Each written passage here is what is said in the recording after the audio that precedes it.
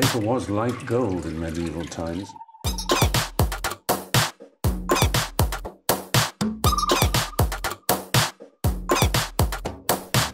Oh, not tobacco, sugar.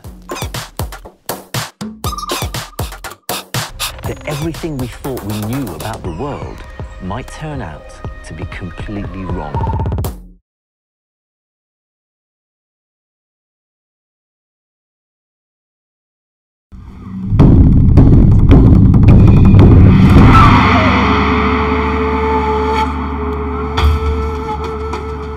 The Great Wall of China is the largest man-made structure on the planet.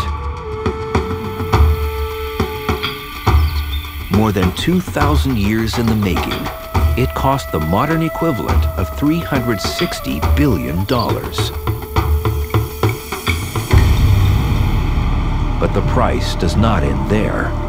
More than 1 million people gave their lives to build it.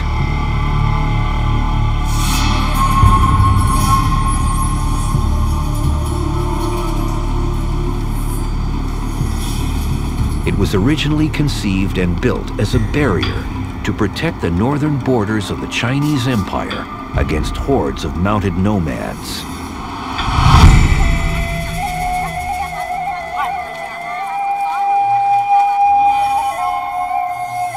At its pinnacle, the Great Wall of China was the world's most extensive military fortification, guarded by the largest army on the planet. Over thousands of years, the Great Wall has evolved. Along with the ideals of the Chinese nation, it stands today as a symbol of the rich history and national pride of China.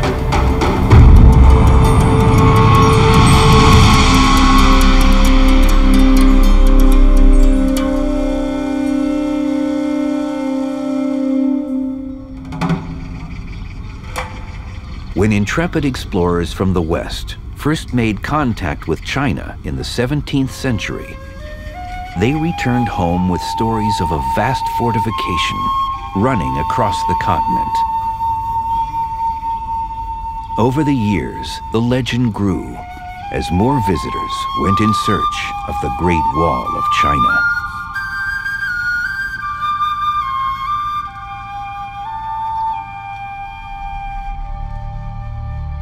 Like a mighty stone dragon, the wall extends 1,600 miles, from the Gobi Desert to the Yellow Sea, the distance between New York City and Denver, Colorado. Today, more than 10 million people have their photo taken in front of the Great Wall every year.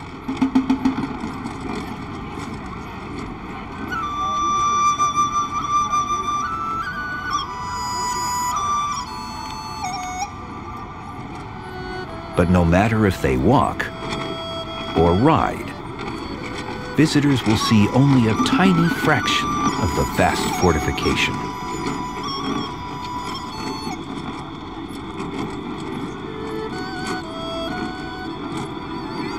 An energetic tourist will explore 2 miles of the wall.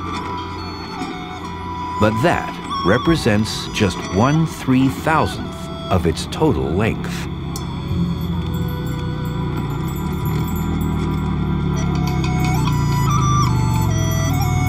The Great Wall of China is the most extensive construction project the world has ever seen.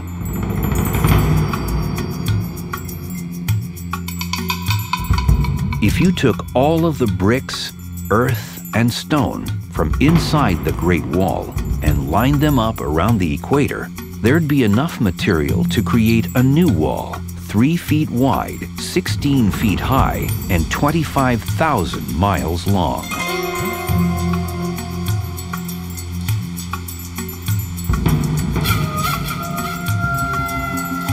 For centuries, it's been known as the symbol of a vast and mysterious land.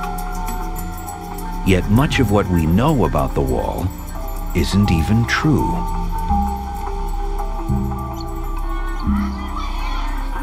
The Great Wall is not a single wall. It is actually made up of many walls, built over many centuries.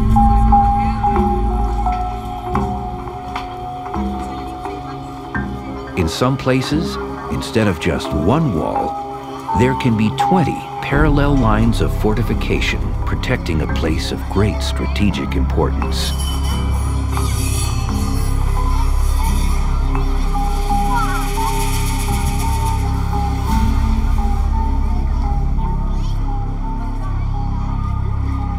And the wall isn't a straight line. It turns and twists, loops and splits so many times that its true length is closer to 5,500 miles.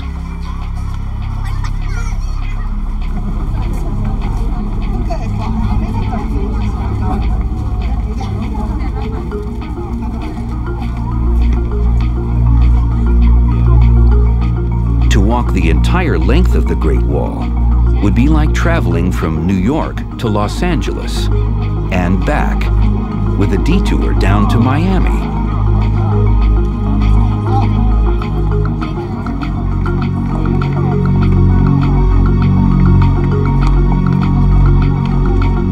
Most people visit parts of the wall close to big cities, which is why the largest man-made structure on Earth gets so crowded.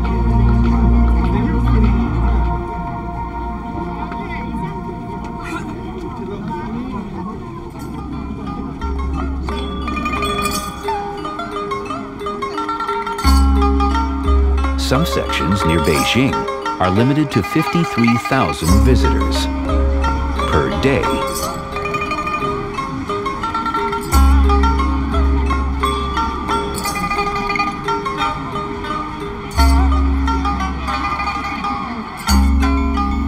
But most of the wall is deserted, running through wild and mountainous regions far from civilization. Some sections are so remote, they haven't been adequately surveyed, which is why nobody's sure just how long the wall really is. And what's more, they're finding more wall all the time. In 2009, a 2-year government study using infrared rangefinders and GPS devices discovered an extra 180 miles of wall.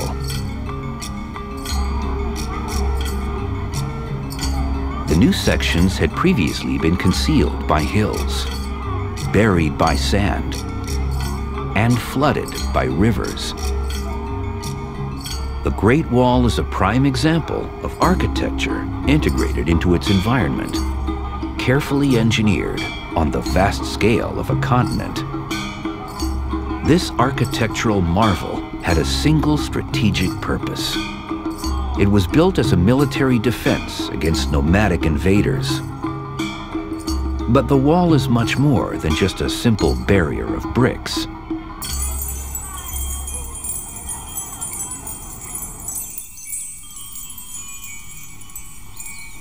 The fortifications include 20,000 watchtowers and another 10,000 separate beacon towers.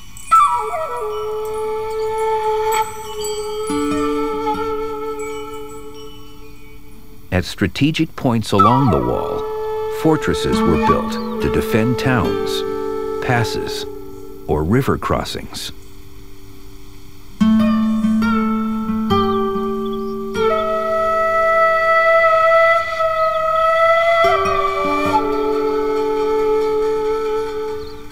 The construction history of the Great Wall is spread over 2,000 years and illustrates successive advances in engineering and defensive strategies. The Chinese believe the wall resembles a dragon, with its tail trailing far into the deserts of the West and its head resting in the waters of the East China Sea.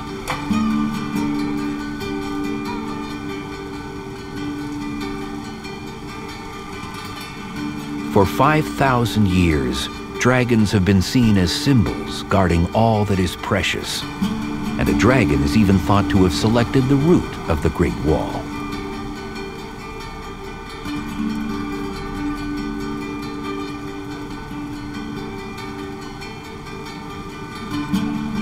So from its inception, the wall's strategic importance was matched by its cultural significance.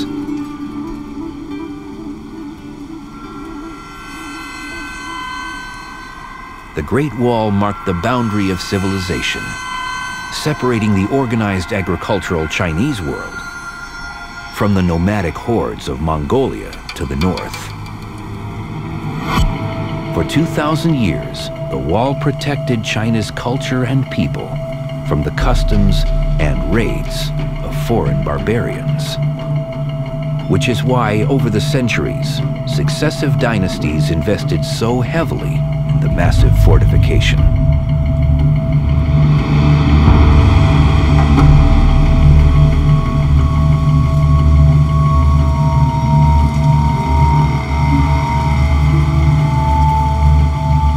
It was constructed using some of the most sophisticated technologies the world had ever seen.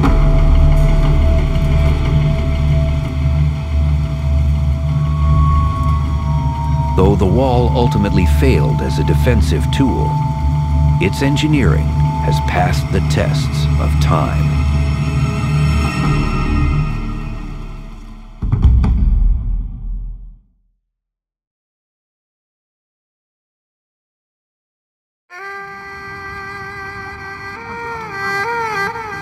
Today, China's northern border is a place of peace and beauty. But back in 221 BC, people in China were terrified of marauding tribes from the north. So the first emperor, Qin Shi Huang, ordered his generals to build a barrier to protect his people. Over the next 10 years, more than 3 million peasants, prisoners, and laborers were forced to work on the wall as it climbed over freezing mountains and through arid desert. They died in droves. Almost 1 million of them lost their lives building the wall.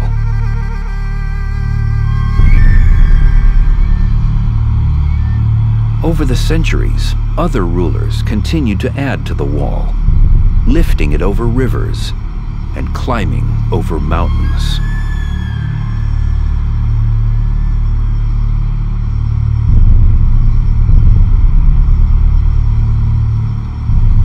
But by far the most obsessively xenophobic were the emperors of the Ming Dynasty. The Mings came to power in 1368 when they drove out the Mongol-led Yuan dynasty. The Ming spent the next 300 years constructing the most elaborate and complete defensive walls the world has ever known. The Ming Dynasty is regarded by historians as one of the greatest eras of orderly government and social stability in human history. Previous dynasties built walls of rammed earth, but the Ming used about 78 million cubic yards of brick and stone to create their immense fortifications.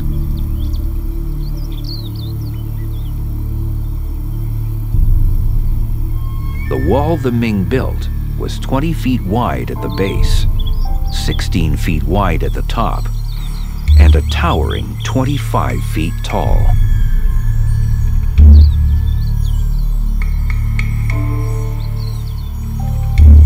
This epic construction was far more time-consuming and expensive than previous efforts.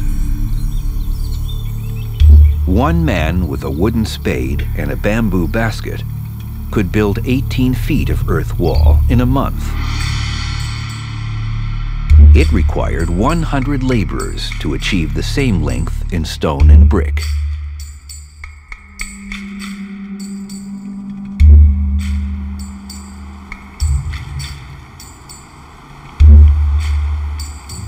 Soldiers did most of the construction, leaving the worst jobs to convicts. During the Ming Dynasty, more than 200 crimes incurred a punishment of hard labor on the wall.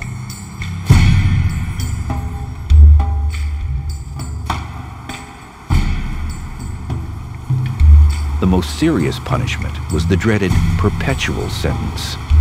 This meant if a prisoner was worked to death, a member of his family would inherit the sentence and be forced to build the wall.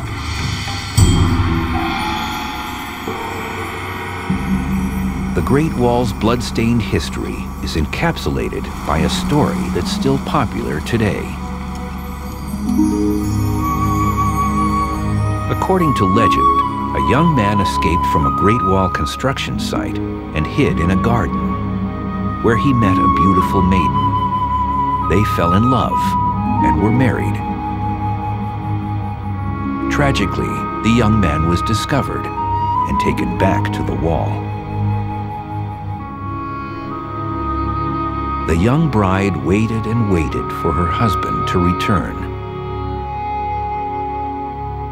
When winter came, she sewed him warm clothes and journeyed far to find his construction site.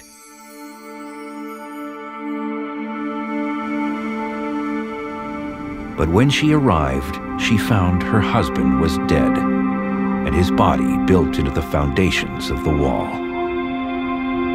Overcome with grief, she went to the wall and wept. Deeply moved by the girl's sorrow, a vast section of the Great Wall collapsed, exposing the bones and bodies of many dead men. The young woman cut her finger and dripped her blood on the dead until a trickle flowed into a body. Knowing this must be her beloved, she buried him, and then in despair, threw herself from a cliff.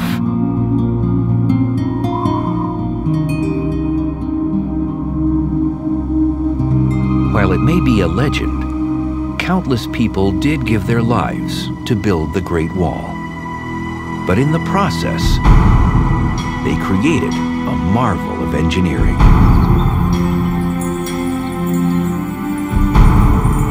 The world had never seen anything like the bricks used to build the wall.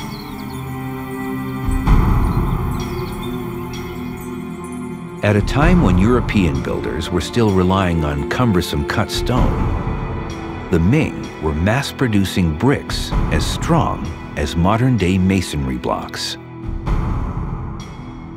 Typically, the wall was covered in 7 or 8 layers of bricks, baked on site in state-of-the-art small kilns. But any wall is only as strong as the mortar holding the bricks in place. And the white Ming mortar was one of the greatest technical innovations of the time. Even now, the mortar binds the bricks together so tightly that in many places, weeds still can't find a foothold.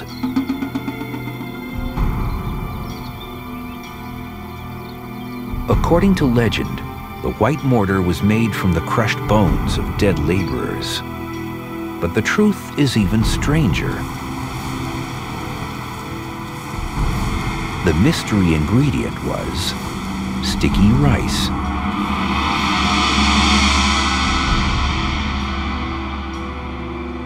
The Ming mixed the flour of sticky rice with builder's lime and created a mortar of incredible strength.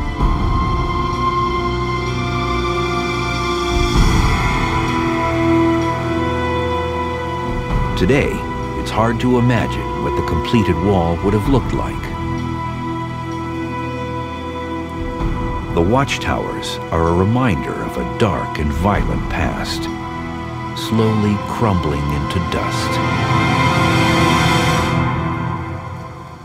Like the men who once defended the Great Wall of China.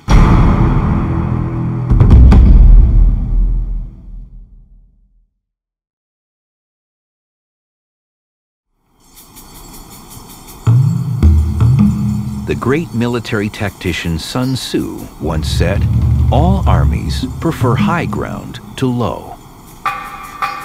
So when the armies of China built the Great Wall, they seized the absolute highest points along its route, even if it meant crossing mountains 5,000 feet high.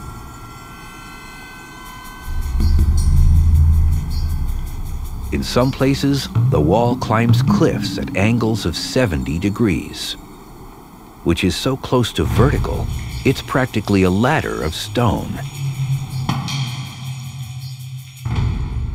But no matter how tall or how remote the mountain, there would once have been soldiers watching and waiting.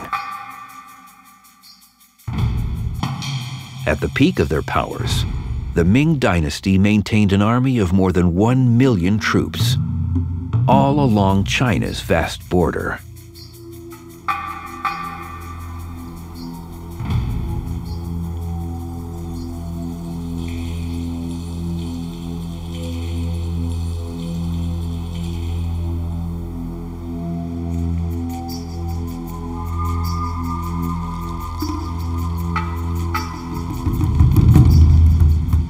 At one time, more than 40,000 watchtowers were strung along the Great Wall. A dozen soldiers would be stationed in each tower, equipped with cooking rooms and sleeping quarters.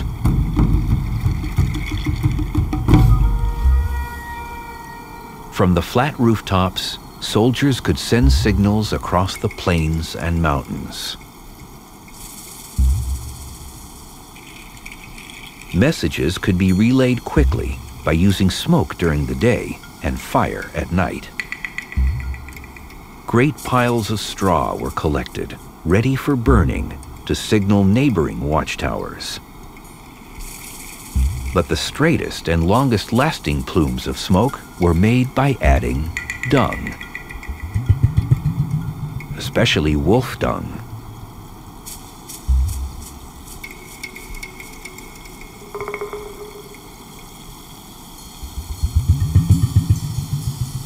Even today, an outbreak of war is described as wolf smoke across the land. One signal beacon and one round of cannon fire meant up to 100 enemies have been spotted. 5 signals of smoke and cannon meant up to 5,000 were invading. It's said that in just 24 hours, this system could transmit messages 661 miles, about the distance between New York and Chicago. On the Great Wall in the deserts of the West, the modern Chinese army once conducted an experiment to see which would send a message the fastest: jeeps, horses, or smoke signals.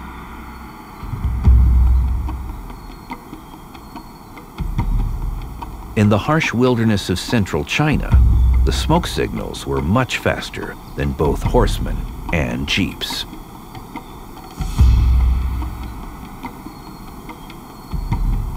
Many people who live around the Great Wall today, especially in the hills northeast of Beijing, claim to be descendants of soldiers that were stationed on the wall. Some of the towers have the same names as families living in nearby villages.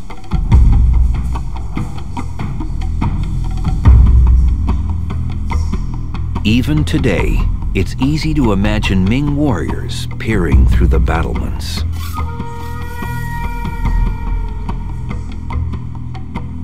They were a medieval army, but were equipped like soldiers from the Civil War.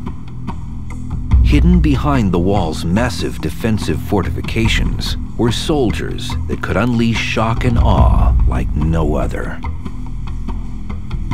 China had mastered gunpowder in the 9th century, so the Ming soldiers fought with hand grenades, mines, and rocket launchers. Cannons would have defended the wall's most strategic sites. But historians believe the Great Wall was never designed to withstand a prolonged siege. It served another purpose. The wall was an excellent highway across the mountains for soldiers to quickly mobilize. Thanks to the watchtower's smoky signaling system, soldiers guarding the wall could quickly call for backup from the nearest cities and forts. There's no doubt the Great Wall of China looks impressive, and it's certainly a magnificent piece of engineering. But as a military defense, it had limitations. The wall was built as a barrier against hordes of mounted nomads who would sweep into China using their overwhelming force and speed to break through enemy lines. It was the Mongol equivalent of the German Blitzkrieg in World War II, but they weren't fighting for land. They were raiding for slaves, gold, and livestock. Once they had scaled the wall, they would pillage China for weeks. Anybody who got in their way was killed. Thousands of Chinese died this way. But getting home with the loot was almost impossible with the Great Wall in their way. So the Great Wall was built not just to keep invaders out, but also to keep them in. A band of barbarians could easily climb over the fortifications, but they couldn't take much with them. There's just no practical way to get 1,000 stolen cows back over the wall.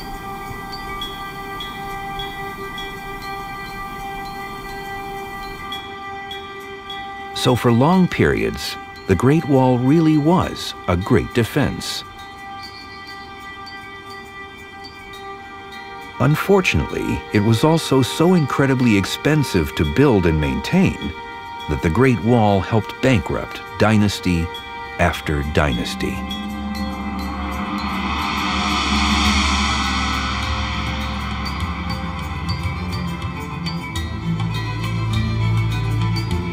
Back in the 13th century, guards in a remote section of the Great Wall hadn't been paid for months. They'd run out of supplies, and winter was fast approaching.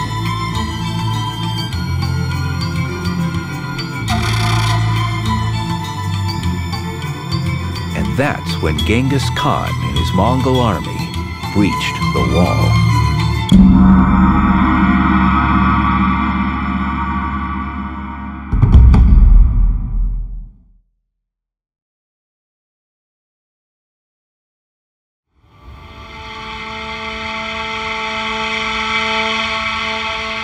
In the year 1211, the Chinese Empire was in turmoil.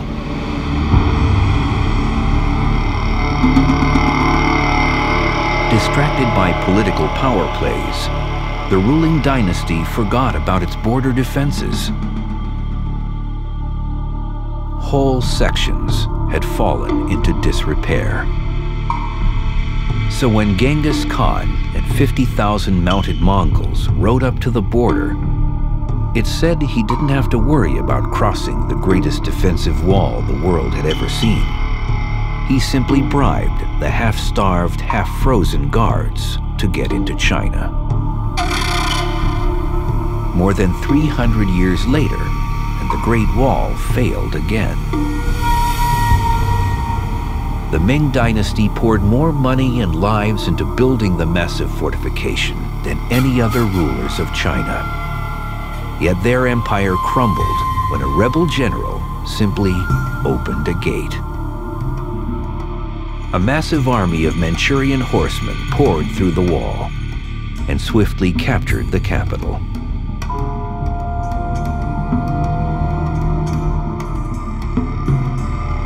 The greatest wall the world has ever seen became obsolete while its mortar was still drying. Not surprisingly, the new Manchu dynasty largely abandoned the wall as a military priority.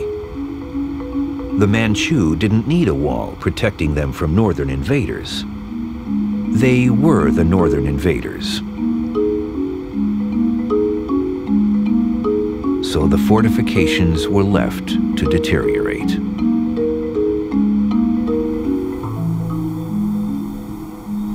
China began defending her borders using diplomacy and military power, not bricks and mortar. When the Ming Dynasty collapsed, The military looted the wall, stripping the towers of their wooden doors and shutters, fine carvings, and engraved slabs of stone.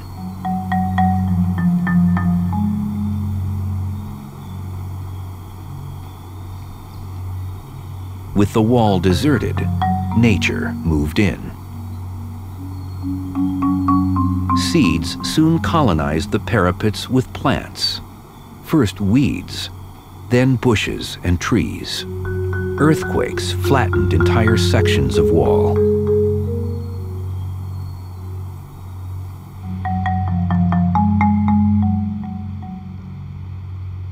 Battered by snow and ice, wind and rain, the wall started to crumble.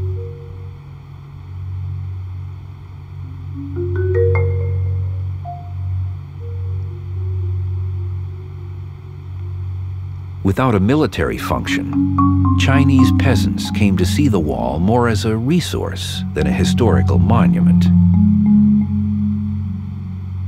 Watchtowers became shelters for livestock.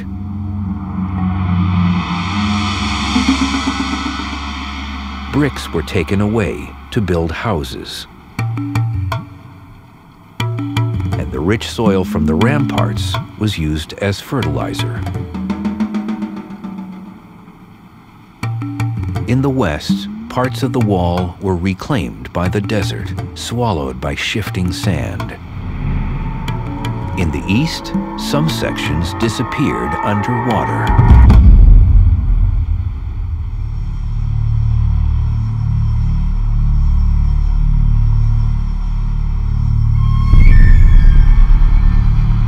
This lake was formed in 1976, when a nearby city needed a guaranteed water supply. A reservoir was built that flooded a valley that was once a vital part of the defense of Beijing.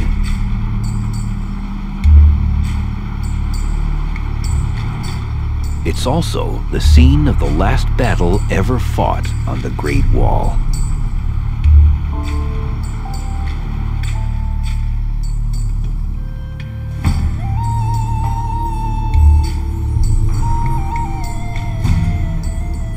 In 1933, the defensive fortifications along the high ground helped Chinese soldiers repel Japanese invaders.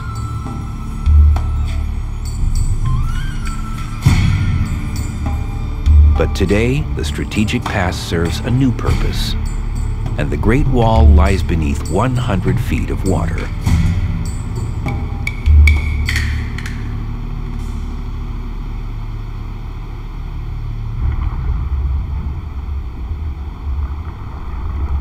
Now an archipelago of ancient watchtowers stretches across the lake.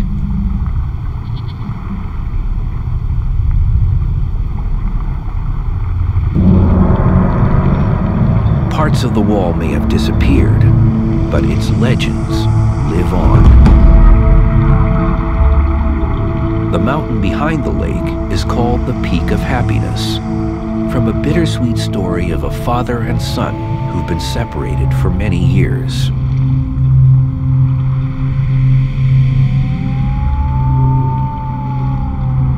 The father had been conscripted to work on the Great Wall, and his son set out to find him.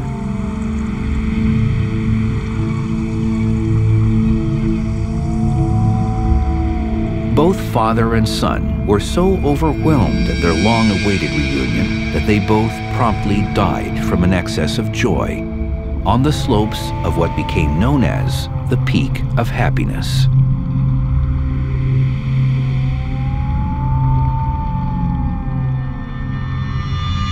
Even when submerged, the Great Wall is deeply embedded in both China's landscape and national psyche.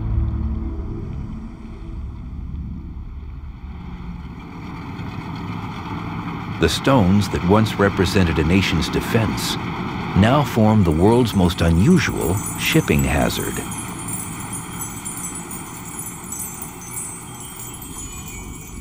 Here, the parapets are lined not with soldiers, but trout farms. The The good news is that recently, things have started to change. China is once again falling in love with its greatest wall.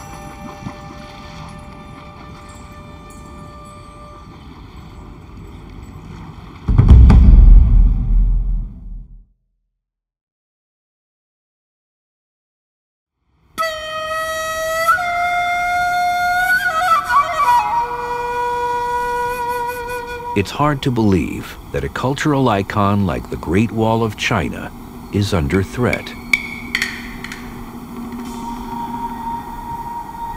After centuries of neglect, it's estimated that half of the wall has disappeared forever.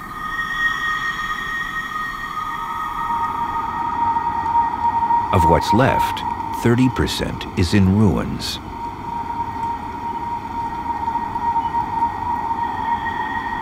A mere 20% is classified as being in reasonable condition.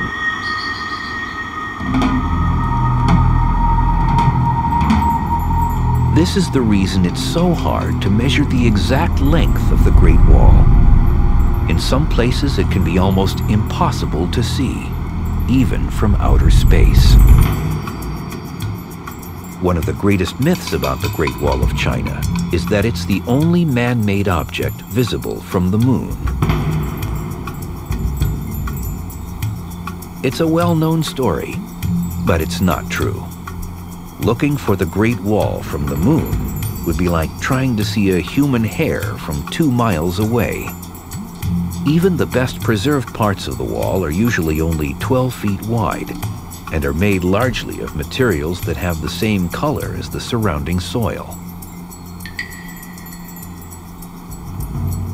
Another surprising fact about the Great Wall is that it hasn't always been great.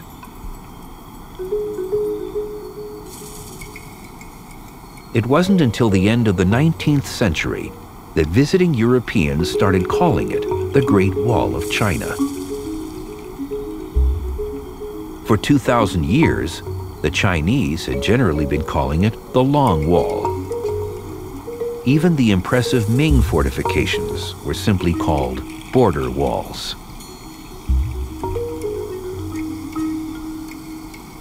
And since it was just a wall, nobody really cared for it. In deserted areas, parts of the Great Wall began losing the battle against time and erosion. More recently, people found new uses for the Great Wall.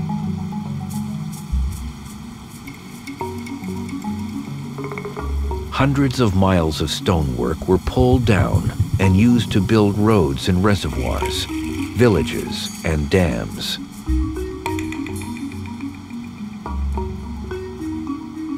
But toward the end of the last century, things started changing in China. The Chinese government recognized the wall as a unifying symbol of the nation.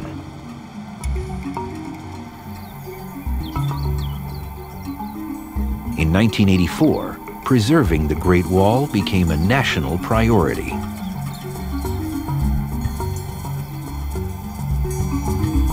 Leader Deng Xiaoping launched a new campaign with the words, "Let us love our country and restore our Great Wall."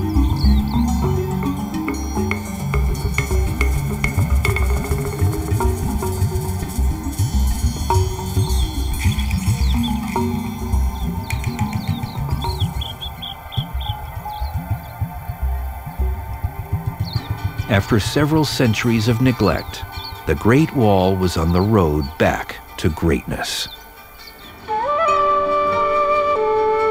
In 1987, momentum really picked up when the Great Wall of China was listed as a World Heritage Site. Now it had United Nations backing to preserve something of outstanding value to humanity. Almost overnight, the Great Wall became a major tourist destination. In 1978, only 230,000 foreign tourists traveled to China.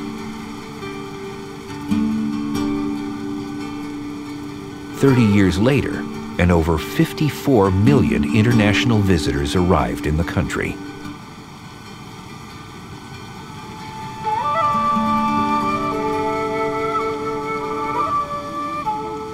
Ironically, the tourism industry was one of the largest contributing factors to the wall's demise.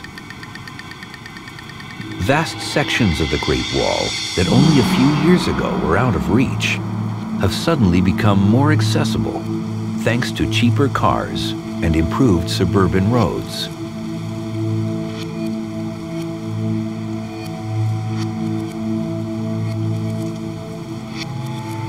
But the increased popularity came at a cost.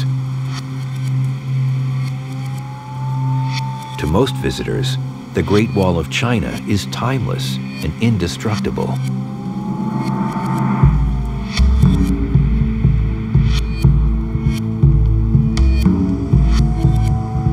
The fortifications are so big and such an integral part of the landscape, people thought it would surely last forever, which is why tourists felt free to take home pieces of the wall as souvenirs. Others scrawled graffiti on the ancient bricks. Visitors started loving the wall to death. In 2002, the New York-based World Monuments Fund put the Great Wall on its list of the world's 100 most endangered sites.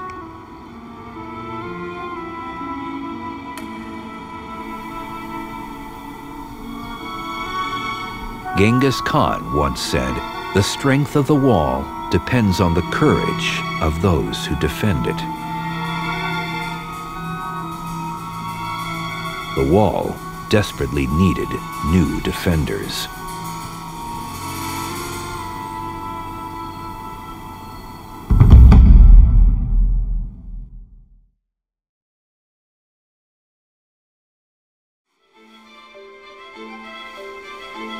It's said the Great Wall of China is a dragon.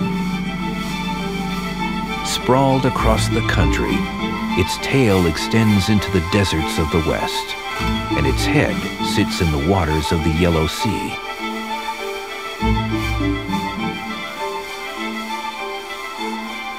The fortifications of the Great Wall extend about 60 feet into the ocean, at a place, not surprisingly, called the Old Dragon's Head.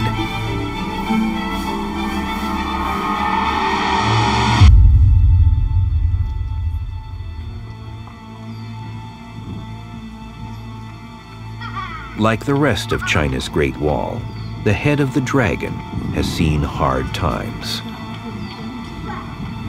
Built as part of a fortified town in the late 1500s, the bricks have been battered by the sea, cracked by earthquakes, and even bombarded by the British Navy back in 1900.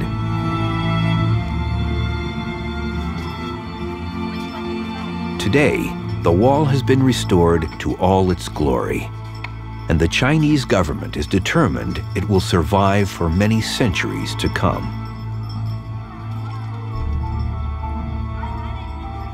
Since 2006, a new national law protects the ancient wonder.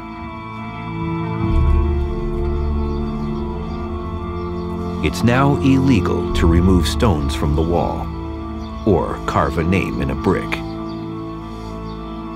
And all citizens are now charged with protecting the wall.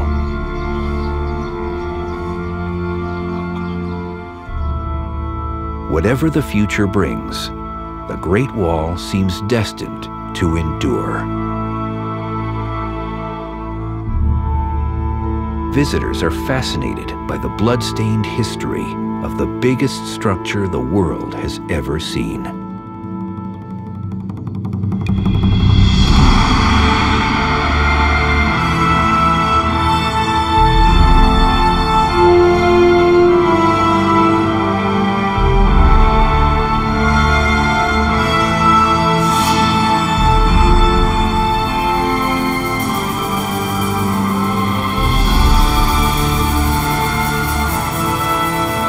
In China, the Great Wall is not just a magnificent piece of engineering. It's an emblem of a nation's spirit.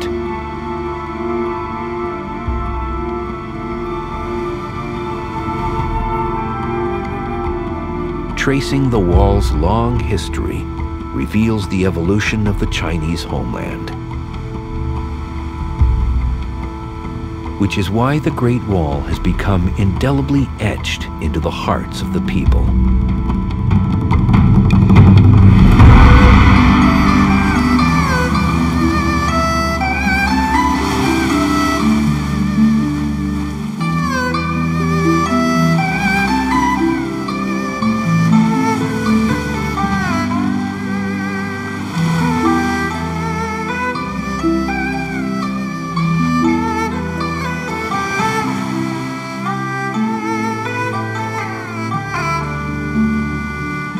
The Great Wall has survived 2,000 years of turbulent history, and with care, it will endure for 2,000 more.